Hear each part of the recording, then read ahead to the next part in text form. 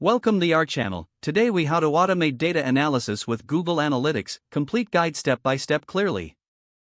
To automate data analysis with Google Analytics, begin by signing in to your Google Analytics account. Navigate to the property you wish to analyze. Next, go to the admin section located in the lower left corner. In the property column, click on Data Streams. Select the data stream for which you want to automate analysis.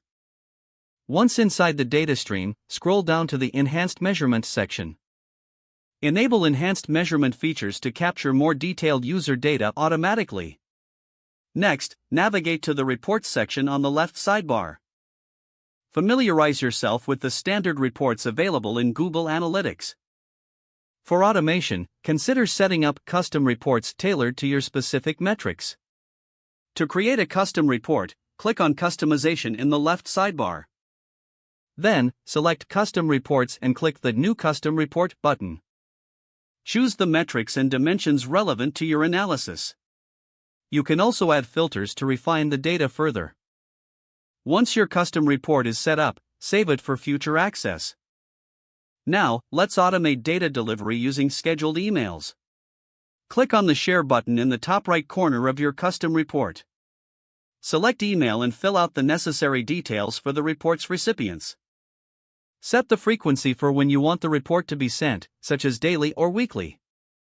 You can choose to send the report as a PDF or an Excel attachment. After configuring the email settings, click Send to finalize your automation.